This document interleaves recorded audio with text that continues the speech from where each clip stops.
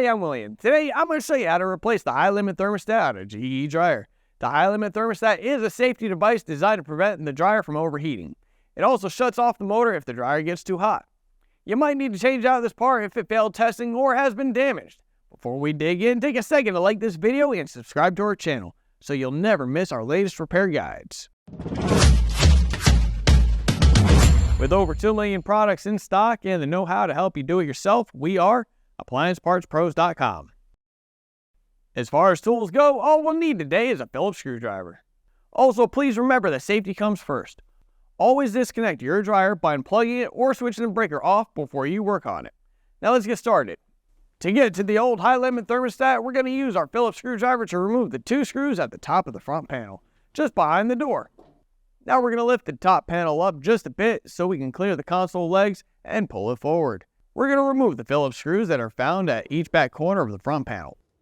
Once we've done that, we can lift the front panel up, rotate it to the side, and lean it against the frame. Then we can rotate the plastic cover out of the way. Disconnect the door switch wires, then we can set the front panel to the side.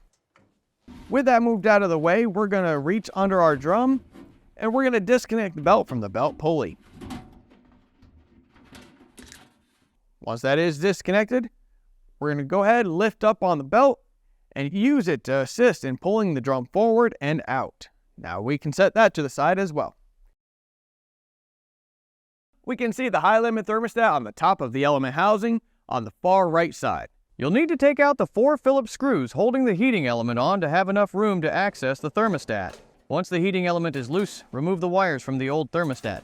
Then, we need to remove the Phillips mounting screw to dismount it. Here's the old high-limit thermostat, and here's the new one. If you've already got one, great. If not, you can pick one up at AppliancePartsPros.com. We're going to set the new thermostat in place and secure it with a Phillips screw. After that, we can remount the heating element with the 4 screws we removed earlier. Now we need to take each wire and transfer them to the new one. To reassemble, start by installing the drum and belt.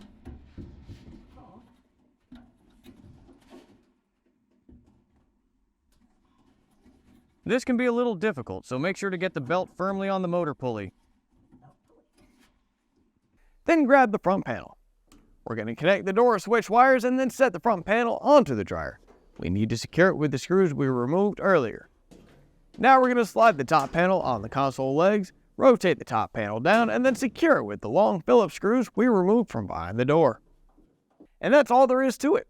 Just don't forget to plug your dryer back in or flip that circuit breaker back on. You made it to the end. Awesome work, and thanks for sticking with us. Don't forget to drop a comment below to share how your repair turned out. And if you still need to get your hands on a replacement high-limit thermostat, just grab your model number and visit AppliancePartsPros.com to place your order. Your new part will be with you in just a few days. While you're here, why not hit the like button and subscribe to our channel. We've got many more troubleshooting and repair guides waiting for you, plus all the parts you'll need to tackle the job yourself at AppliancePartsPros.com. Your support means the world to us, and we'll see you in the next video.